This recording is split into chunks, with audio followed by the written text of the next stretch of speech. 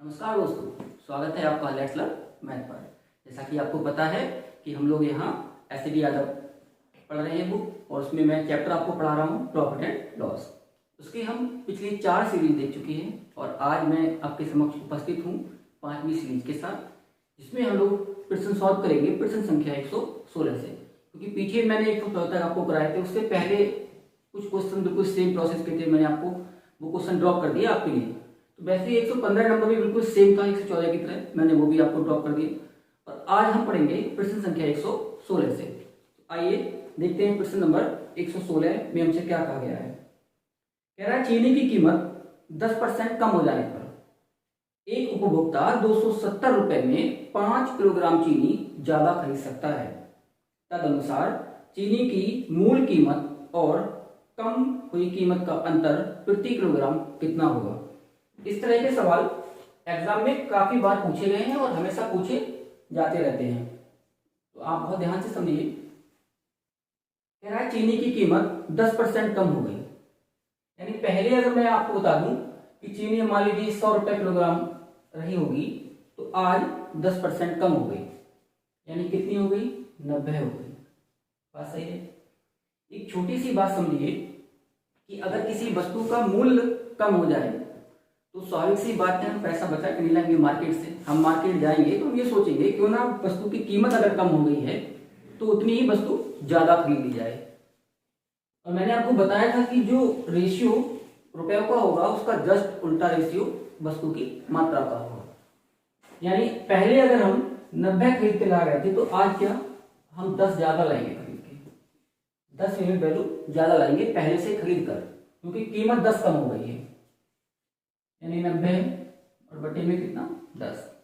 अगर आप इसे सॉल्व कर रहे होंगे तो आप पाएंगे 1/9। ये 9 क्या है, ये मूल मात्रा है, और ये 1 क्या है, ये वस्तु की बढ़ी हुई मात्रा है, क्योंकि कीमत घट गई है लेकिन वस्तु की मात्रा बढ़ गई है। हमसे कहा गया है 270 रुपए में 5 किलोग्राम चीनी ज्यादा खरीद सकता है, और हमारे हिसाब से कितनी, 1 यूनिट। 1 यूनिट की वैल्यू कितनी है, 5 केजी। अगर 1 यूनिट की वैल्यू 5 केजी है तो फिर 9 यूनिट की वैल्यू कितनी होगी। आप कहेंगे सर 9 पंजे 45 होते हैं, यानी 45 किलो। अब 45 किलो चीनी व्यक्ति खरीदता था पहले कितने रुपए में, 270 रुपए में। यानी 270 रुपए लेके वो मार्केट गया, पहले 45 किलोग्राम चीनी खरीदता था और आज 5 किलोग्राम ज्यादा खरीद रहा है। तो 45 किलो के हिसाब से अगर मैं पर केजी के हिसाब से निकालूं तो कितना रुपए हो जाएंगे, 270 और बटे में कितना 45। देख लीजिए 6 बार पूरा कर जाएगा, 6 पंजे 30, 6 चौक 24 और 3 27। यानी पहले चीनी की जो कीमत रही होगी वो 6 रुपए प्रति किलोग्राम रही होगी। ठीक है, आगे देखिए अभी क्या कह रहा है वो। अब वो हमसे कह रहा है कि 5 किलोग्राम चीनी ज्यादा खरीद सकता है। इस बात का मतलब क्या है, इस बात का मतलब है कि चीनी थी कितनी हमारे पास 45 किलोग्राम, और अब कितनी हो गई है 50 किलोग्राम। तो 50 किलोग्राम चीनी अब वो खरीदेगा, लेकिन कितने रुपए में, 270 रुपए में। तो हम लोग देखते हैं कि 270 रुपए के हिसाब से 270 रुपए में 50 किलो चीनी कितने रुपए की हो जाएगी। ये अब वाला मूल्य है, और ये कौन सा है, प्रारंभिक मूल्य। आप इससे 0 कैंसिल कर दीजिए, 5 चौक 20 हो जाएगा, सॉरी 55 25 कर दीजिए, 55 25 2 हासिल के, फिर आप क्या करेंगे पॉइंट लाएंगे, 0 उतारेंगे और 5 चौक 20। यानी पहले वो खर्च कर रहा था 6 रुपए प्रति किलोग्राम और अब खर्च कर रहा है 5 रुपए 40 पैसे। कह रहा है ये प्रारंभिक मूल्य है और यह क्या है, अब का मूल्य है। यानी बात जो कह रहे हैं तो कीमत घटने के बाद, कीमत घटने के बाद क्या है, प्रारंभिक मूल्य और जो अब जो मूल्य है उसमें कितने का अंतर है, ये पूछा गया ना। चीनी की मूल कीमत और कम हुई कीमत, यानी कम कितनी हो गई, इतनी। तो कितनी कम हो गई उसका अंतर बताइए। 6 रुपए में से 5 40 घटा देंगे तो आप कहेंगे 60 पैसे प्रति किलोग्राम चीनी की कीमत कम हो गई है, जो कि मेरा इस सवाल का आंसर होगा। लेकिन इसी सवाल को हम एक और मेथड से कर सकते हैं, तो आइए देखते हैं उस मेथड को हम। आइए देखते हैं इसी सवाल का एक और अप्रोच कि इसे हम किसी और मेथड से हल कर सकते हैं, तो हाँ बिल्कुल एक तरीका और है इसे हल करने का, लेकिन उस तरीकों को करने से पहले आपको मैं कुछ एक नोट लिखवाऊंगा, ध्यान से सुनिए जरा एक बार, क्योंकि नोट एक लिखवाऊंगा और वो हर जगह काम करेगा। जब भी इस तरह के सवाल पूछे जाएंगे, किसी वस्तु की घटी या बढ़ी हुई मात्रा या फिर किसी वस्तु की प्रारंभिक कीमत पूछी जाए, तो वो आपको हर जगह काम आने वाला है, इसलिए बहुत ध्यान से देखिए। मान लीजिए यदि किसी वस्तु की कीमत में X% की कमी अथवा वृद्धि, X% की कमी अथवा वृद्धि हो जाने से कोई व्यक्ति A रुपए में 22 किलोग्राम वस्तु ज्यादा या कम खरीदता है,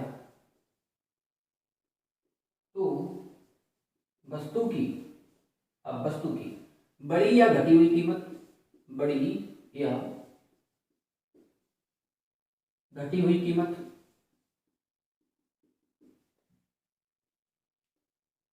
X into y upon 100 into a. X क्या है? एक्स है हमारी परसेंटेज राशि, और बाई क्या है? बाई है हमारे पास रुपए, और ए क्या है? ए है वस्तु की मात्रा, जितने किलोग्राम वो हमसे कह रहा होगा। चाहे घटी कीमत हो चाहे बढ़ी हुई, इस फॉर्मूले से आप दोनों ही निकाल सकते हैं। एक होती है प्रारंभिक कीमत, प्रारंभिक कीमत बिल्कुल सेम जाएंगे, एक्स इंटू वाई, बस करना क्या है 100 plus minus x. Plus minus मतलब अगर वस्तु की कीमत बढ़ रही है तो प्लस और घट रही है तो माइनस। ये दो फॉर्मूले हैं हमारे पास। अब इसी के हेल्प से आप देखिए, मैं जो क्वेश्चन अभी हमने आपको कराया था, हमसे कहा गया था कि चीनी की मूल कीमत और कम हुई कीमत, मूल कीमत मतलब प्रारंभिक कीमत, कम हुई कीमत मतलब ये वाली। तो देखिए ध्यान से सुनिए, 10% कम हो रही थी ना, तो आप 10 लिखते हैं यहाँ पर, कितने रुपए हैं? 270 रुपए, बटे में कितना? 100। मात्रा कितनी है? 5 किलोग्राम ज्यादा खरीद रहा है। क्लियर? देखिए 2 जीरो से 2 जीरो खत्म, 5 से 27 को भाग देंगे तो आप कहेंगे 4.5, 5.4, ये हमारे पास कम कीमत आ गई, जो कम हुई है। हमसे पूछा है प्रारंभिक कीमत, तो x यानी 10, और बाई कितना है हमारे पास? बाई है हमारे पास 270। कीमत कम हो रही है तो 10 से 100 से कम करेगी 90।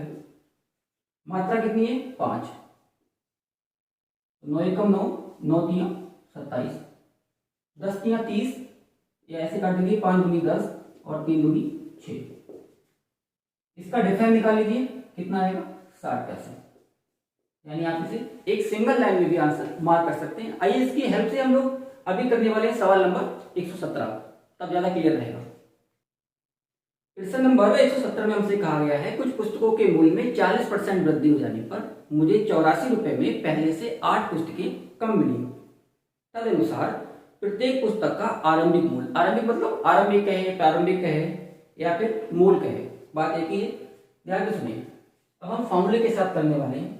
40% की वृद्धि मतलब 40 गुणा x इंटू बाई, बाई मतलब हमारे पास रुपए कितने हैं? 84। वृद्धि की बात कर रहा है 140 इंटू ए क्या है? वस्तु की मात्रा, कितनी पुस्तकें हैं? 8। अब बस हल कर लीजिए, 0 से 0 काट दीजिए, 14 एकम 14 होते हैं और 14 छम 84 होते हैं। 4 एकम 4, 4 दूनी 8, 2 एकम 2 और 2 तिया 6। यानी आंसर क्या होगा? 3 रुपए प्रति पुस्तक। Is that clear? इस तरह से हम किसी भी क्वेश्चन को केवल एक सिंगल लाइन में आंसर मार्क कर सकते हैं। आइए हम देखते हैं प्रश्न संख्या 118। अब ऐसा ही प्रश्न नंबर 118 है, कह रहा है चीनी की कीमत में 20% की कमी हो जाने पर मुझे 600 रुपये में 5 किलो अतिरिक्त चीनी खरीदने का अवसर मिल गया। तदनुसार कीमत में कमी होने से पहले चीनी की कीमत कितने रुपए प्रति किलोग्राम थी?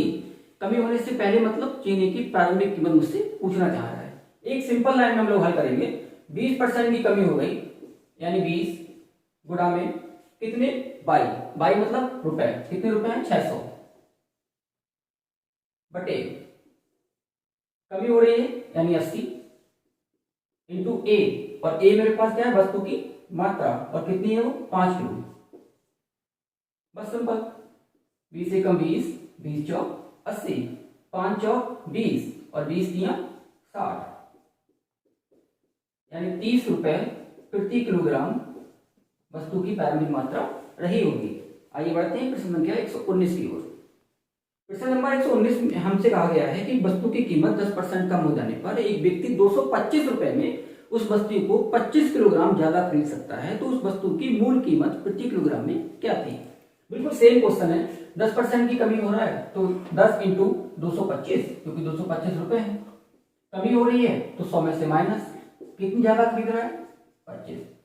10 ने 90, 25 ने 225, ये कैंसिल हो जाएगा, यानी 1 रुपए प्रति किलोग्राम वस्तु की प्रारंभिक मात्रा रही होगी। आइए बढ़ते हैं नेक्स्ट क्वेश्चन की ओर। प्रश्न नंबर 120 में हमसे कहा गया है एक गेहूं के मूल्य में 10% की कमी होने पर एक व्यक्ति 1 रुपए में 50 ग्राम गेहूं अधिक खरीद सकता है। तदनुसार कमी से पहले 1 रुपए में कितना गेहूं खरीदा जा सकता था? यानी हमसे पूछा प्रारंभिक कीमत। ध्यान से देखिए आप, 120 से लेकर और 124 तक सभी क्वेश्चन में या तो प्रारंभिक कीमत पूछ रहा है या फिर घटी या बड़ी हुई कीमत पूछ रहा है। तो मैं उम्मीद करता हूं कि आप मेरे द्वारा समझाया कॉन्सेप्ट समझ चुके होंगे। तो आप इस जो क्वेश्चन मैंने छोड़ दिए हैं, जो मैं छोड़ने वाला हूं, उनको आप खुद से ट्राई करें, ज्यादा बेहतर रहेगा। अब हम करेंगे प्रश्न संख्या 125 से। तो आइए देखते हैं प्रश्न नंबर 125 में हमसे क्या कहा गया है। एक वस्तु को 96 में बेचा गया, 96 रुपए में बेचा गया, यदि उस पर लाभ का प्रतिशत संख्या में उसके लागत मूल्य के बराबर हो तो उस वस्तु का लागत मूल्य क्या होगा? देखिए बहुत ध्यान से सुनिए, मैं इसका एक ऐसा मेथड बताऊंगा जो आपने आज से पहले ना तो सुना होगा और ना ही देखा होगा। केवल एक सिंगल लाइन में हम लोग इसका एक आंसर निकाल रहे होंगे। जब भी इस तरह का प्रश्न मिले, जब एक वस्तु को 96 रुपए में बेचा गया हो, उस पर उतने ही प्रतिशत लाभ हो जितना वस्तु का क्रय मूल्य। यहां से 2 टाइप के प्रश्न बनते हैं। एक तो ये कि लाभ प्रतिशत बराबर होगा लागत मूल्य के, और एक होगा हानि प्रतिशत। हानि प्रतिशत वो भी बराबर किसके होगा? लागत मूल्य के। दोनों ही केस में हम लोग प्रश्न को क्या करते हैं, अलग अलग एलोबरेट करते हैं, अलग अलग तरीके से निकालते हैं। अप्रोच सेम रहेगी, बस केवल कुछ छोटी सी उसमें डिफरेंस है। तो आइए उसको हमें समझते हैं। लाभ के केस में मान लीजिए कि वस्तु x रुपए में बिक रही है और उसमें उतने ही प्रतिशत लाभ हो रहा है जितना वस्तु का क्रय मूल्य है या जितना वस्तु का लागत मूल्य है। तो आप लाभ के केस में इसके ऐसे फैक्टर करेंगे इस नंबर के कि उन दोनों का जो डिफरेंस है वो कितना होना चाहिए, 10 होना चाहिए। और हानि के केस में उन दोनों का अंतर कितना होना चाहिए, 10 होना चाहिए। एक में योग और एक में डिफरेंस। तो आइए प्रश्न की हेल्प से समझते हैं, ज्यादा बेटर रहेगा। कह रहा है एक वस्तु को 96 रुपए में बेचा गया है। 96 रुपए में आप 96 के ऐसे 2 टुकड़े कीजिए जिनका अंतर 10 आ रहा हो। तो आप कहेंगे कि 16 छक 96, कितना, 16 छक 96। 16 और 6 से, 16 से अगर 6 कम कर दिया जाए तो 10 बचेगा। छोटी संख्या को हमेशा आप क्या करेंगे, 10 से गुणा, 10 छम 60, यानी इस वस्तु का सीपी कितना होगा, 60 रुपया होगा। 60 रुपया। कुछ लोग इसे ऑप्शन से करते हैं, कुछ लोग और फॉर्मूला है उसकी सहायता से करते हैं, लेकिन मैं इसे ऐसे करता हूं। आइए बढ़ते हैं नेक्स्ट क्वेश्चन की ओर। प्रश्न नंबर 126 देखिए। प्रश्न नंबर 126 में हमसे कहा गया है कि एक वस्तु को 144 रुपए में बेचने पर उस पर उतने ही प्रतिशत लाभ होता है जितना वस्तु का क्रय मूल्य है। तो वस्तु का क्रय मूल्य कितना होगा, 144 उसका विक्रय मूल्य है। 144 के आप ऐसे 2 टुकड़े कर दीजिए जिससे उनका अंतर कितना आ जाए, 10 आ जाए। तो आप कहेंगे सर 18 8 144, बीच का अंतर कितना है, 10। छोटी संख्या को आप क्या करेंगे, 10 से गुणा, यानी 10 8 80, 80 मेरा इस सवाल का आंसर हो जाएगा। आइए बढ़ते हैं नेक्स्ट क्वेश्चन की ओर। अब हम लोग देखेंगे प्रश्न नंबर 128। 127 इसलिए नहीं क्योंकि बिल्कुल सेम डाटा है। विक्रय मूल्य दे रखा है 39 रुपए, उसका लागत मूल्य संख्यात्मक रूप से बराबर है, यानी 13 गुणा 3, 13 3 39, 3 गुणा 10 यानी 30 हमारा आंसर हो जाएगा। 128 में इसलिए दे रहा हूं क्योंकि उसमें हानि का केस दे रखा है। Is that clear? एक चीज और आपके साथ शेयर करना चाहूंगा, कुछ लोगों के दिमाग में हो सकता है ये आ जाए कि सर फैक्टर ना हो, तो फैक्टर ना हो इस स्थिति में क्वेश्चन आएगा नहीं एग्जाम में, और अगर आ भी जाता है तो वो क्वेश्चन के बेसिस से होगा, उसका कोई शॉर्ट मेथड नहीं हो सकता। तो आइए बढ़ते हैं हम लोग प्रश्न नंबर 128 की ओर। कुमार एक वस्तु 21 रुपए में बेचता है, उसको उतने ही प्रतिशत हानि होती है जितना वस्तु का क्रय मूल्य है। अब वो हानि की बात कर रहा है। हानि की केस में मैंने आपको बताया था कि अगर हानि का केस होगा तो आप दिए गए नंबर के ऐसे फैक्टर करेंगे कि उनका योग 10 हो जाएगा, यानी 7 3 21। कितना डिफरेंस आ रहा है, 10। अब बहुत ध्यान से सुनिए, यहाँ उत्तर 30 भी हो सकता है और यहाँ उत्तर 10 भी हो सकता है। अब ये बात करती है ऑप्शन पे डिपेंड। उत्तर दोनों भी हो सकते हैं, 30 भी हो सकता है और 70 भी हो सकता है, दोनों ही उत्तर हमारे सही हैं। अगर केवल 30 दिया है तो आप 30 मार्क कर दीजिए, केवल 70 दिया है तो 70 मार्क कर दीजिए। 30 और 70 दोनों दे रखे हैं तो आप उस स्थिति में 30 और 70 दोनों आंसर मार्क करेंगे। आइए देखते हैं हम लोग 129 नंबर क्वेश्चन। देखिए प्रश्न नंबर 129। विनय ने हाथ घड़ी 75 रुपए में बेची, जिससे उसे घड़ी की लागत कीमत के बराबर लाभ प्राप्त हुआ, तो घड़ी का लागत मूल्य क्या होगा? बहुत ही आसान क्वेश्चन है, ऐसे ही क्वेश्चन हमने ऊपर भी किए हैं। 75% यानी उसका लाभ प्रतिशत लागत मूल्य के बराबर है। 75 मतलब 15 गुणा 5, अंतर 10 का है। 10 से हम 5 की गुणा कर देंगे, 10 पंजे 50, यानी 50 जो है इस सवाल का आंसर होगा। आइए हम लोग बढ़ते हैं प्रश्न संख्या 130 की ओर। 130 में अब सवाल कुछ अलग टाइप के हैं कि जब क्रय मूल्य और विक्रय मूल्य दोनों ही बढ़ाए अथवा घटाए जाएं तो क्या होगा? तो आइए इस तरह के प्रश्न को अब हम लोग शुरुआत करते हैं प्रश्न नंबर 130 से। 130 नंबर से हम लोग शुरुआत करेंगे 130 से। तो 130 नंबर में हमसे कहा गया है कि एक आदमी एक वस्तु को 20% के लाभ पर बेचता है, यानी 20% के लाभ पर बेचता है। इस बात का क्या मतलब है? उसने वस्तु खरीदी कितने की होगी? आप कहेंगे सर 100 की खरीदी होगी। 20% का उसे लाभ हो रहा है, मतलब कितने में बेच रहा होगा? आप कहेंगे सर 120 में बेच रहा होगा। अच्छी बात है। फिर कह रहा है उसे वह 20% कम पर खरीदी होती, यानी अगर पहले क्रय मूल्य 100 था तो अब वो कह रहा है 20% अगर और कम में खरीदी होती, मतलब कितने में? 80 में। फिर हमसे कहा गया है तो उसे 5 रुपए कम में बेची होती तो 25% का लाभ मिलता, तो वस्तु का क्रय मूल्य बताइए। यानी 2 सीपीवी हैं और 2 एसपी हैं। 25% का लाभ चाह रहे हैं किस पर? अगर 80 का 25% आप निकालेंगे तो कितना आएगा? आप कहेंगे सर 20 आएगा। यानी अब वो वस्तु 20 रुपए ज्यादा में बेचेगा तो कितने में बेच देगा? आप कहेंगे सर 100 में बेच देगा। पहले कितने में बेच रहा था? 120 में। अब कितने में बेच रहा है? 100 में। कितने कम में बेच रहा है? आप कहेंगे सर 20 कम में बेच रहा है, लेकिन बुक कह रही है 20 कम में नहीं, 5 कम में बेच रहा है। अगर 20 यूनिट की वैल्यू 5 है, हमसे पूछा गया क्रय मूल्य क्या होगा, तो क्रय मूल्य तो 100 यूनिट होता है। तो 20 को 100 बनाने के लिए आप क्या करेंगे? 5 से गुणा कर देंगे। तो फिर यहां भी आप 5 से गुणा कर देंगे, यानी 5 25, यानी वस्तु का क्रय मूल्य कितना होगा? 25 रुपए। तो आइए बढ़ते हैं अगले सवाल की ओर। प्रश्न नंबर 131 में हमसे अब कहा गया है कि एक व्यक्ति एक वस्तु पर 25% लाभ पर बेचता है, यानी उसने खरीदी कितने की होगी? 100 की। तो वो बेच कितने में रहा होगा? 125 में, क्योंकि 25% का लाभ ले रहा है। यदि वही वस्तु 20% कम कीमत पर खरीदी होती, मतलब कितने में खरीदी होती उसने? 20% कम मतलब 80 में। फिर बोला गया है कि उसे 10.5 यानी 10.5 कम कीमत पर बेचा होता तो 30% लाभ होता। इसका आप 30% निकाल लीजिए पहले।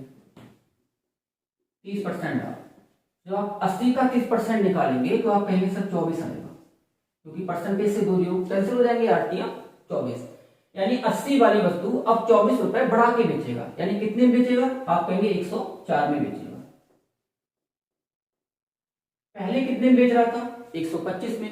अब कितने में बेच रहा है? 104 में। यानी कितने कम में बेच रहा है? आप कहेंगे सर 21 कम में बेच रहा है। लेकिन बुक के हिसाब से कितना है? 10.5, 10.5। Is that clear? अगर आप 1 यूनिट की वैल्यू यहां से निकालने लगे तो आप कहेंगे 21 से कम 21 और 21 पंजे 105, यानी 0.5। ठीक है, अगर आप पॉइंट यहां से हटाएंगे तो यहां क्या कर सकते हैं? एक जीरो बढ़ा सकते हैं, यानी 10 यूनिट की वैल्यू कितनी है? 5। हमसे क्या पूछा गया है? क्रय मूल्य। तो क्रय मूल्य निकालने के लिए आपको पता है इसे 10 से गुणा करनी पड़ेगी 100 बनाने के लिए। तो 10 दाई 100, तो आप इसे भी 10 से गुणा कर दीजिए, 10 पंजे 50, यानी वस्तु का क्रय मूल्य कितना होगा? 50 रुपए। तो आइए अब हम बढ़ते हैं प्रश्न संख्या 132 की ओर। प्रश्न नंबर 132 में हमसे कहा गया है एक वस्तु 12% लाभ पर बेची गई हो। 12% लाभ मतलब उसने खरीदी 100 में होगी और बेच कितने में रहा होगा? 112 में। फिर बोला गया है कि यदि उसका लागत 10% कम होता, 10% कम होता मतलब कितना होता? 90। फिर कहा गया है कि बिक्री मूल्य 5.75 यानी 5 रुपए 75 पैसे अधिक होता, तो लाभ 30% हो जाता। तो लाभ 30% हो जाता। उस पर 20% लाभ पाने के लिए उसे कितने रुपए में बेचना चाहिए? बहुत ध्यान से सुनिए। 30% हो जाता, 90 का 30% आप निकालेंगे, 90 का 30%, तो आप कहेंगे सर 27 हो जाएगा, क्योंकि परसेंटेज से 2 जीरो कैंसिल हो जाती है। अब 90 और 27 को आप जोड़ रहे होंगे तो आप कहेंगे सर ये कितना हो जाएगा हमारे पास? 117, 117 हो जाएगा। यानी 112 वाली वस्तु अब वो 117 में बेच रहा है। 112 वाली वस्तु 117 में बेच रहा है, यानी 5 रुपए ज्यादा में बेच रहा है हमारे हिसाब से। लेकिन बुक में कहा गया है कि ये वस्तु 5.75 यानी 5 रुपए 75 पैसे कितने यूनिट में बिक रही है? Is that clear? आप 1 यूनिट की वैल्यू निकाल लीजिए। 5 एकम 5, फिर 5 एकम 5, 5 एकम 5 कितना हो जाएगा हमारे पास? 25, यानी 25। डेसिमल हटा लीजिए और यहाँ 2 जीरो लगा लीजिए, यानी 100% की वैल्यू कितनी है हमारे पास? 115। लेकिन आंसर नहीं है 115, उसने हमसे कहा है कि उस पर 20% लाभ पाने के लिए उसे कितने में बेचना चाहिए, यानी 115 का भी 20% हमसे निकलवा रहा है वो। तो 115 का जब आप 20% निकालेंगे तो आप ये कह सकते हैं कि सर 115 और गुणा में कितना? 1/5। 5 से जब आप इसे कैंसिल करेंगे तो 23 पंजे 115 होता है। इधर क्लियर? यानी 115 का जो 20% है वो 23 हो गया, यानी उसे 23 रुपए का लाभ हो रहा है। 115 में आप 23 और ऐड कर दीजिए तो आप पाएंगे कितना हो जाएगा हमारे पास? ये 138 रुपए में वस्तु को बेचेगा। ये हमारे सवाल का आंसर हो जाएगा। आइए बढ़ते हैं। तो 33 में हमसे कहा गया है पुस्तक विक्रेता 10% के लाभ पर पुस्तक बेचता है, यानी उसने पुस्तक खरीदी कितने की होगी? आप कहेंगे सर 100 की। तो बेचेगा कितने में? 10% के लाभ यानी 110 में। फिर हमसे कहा गया है कि 4% पुस्तक कब में खरीदी जाती है, यानी कितने में खरीदता? आप कहते हैं सर 4 कम मतलब 96 में। फिर क्या बोला गया है? तो उस पर 18 सही 3/4% का अभिलाभ होता, यानी 96 का अगर 18 सही 3/4 यानी 18 सही 3/4, इसको हम लिख सकते हैं कितना? 18 चौक 72 और 3 75/4।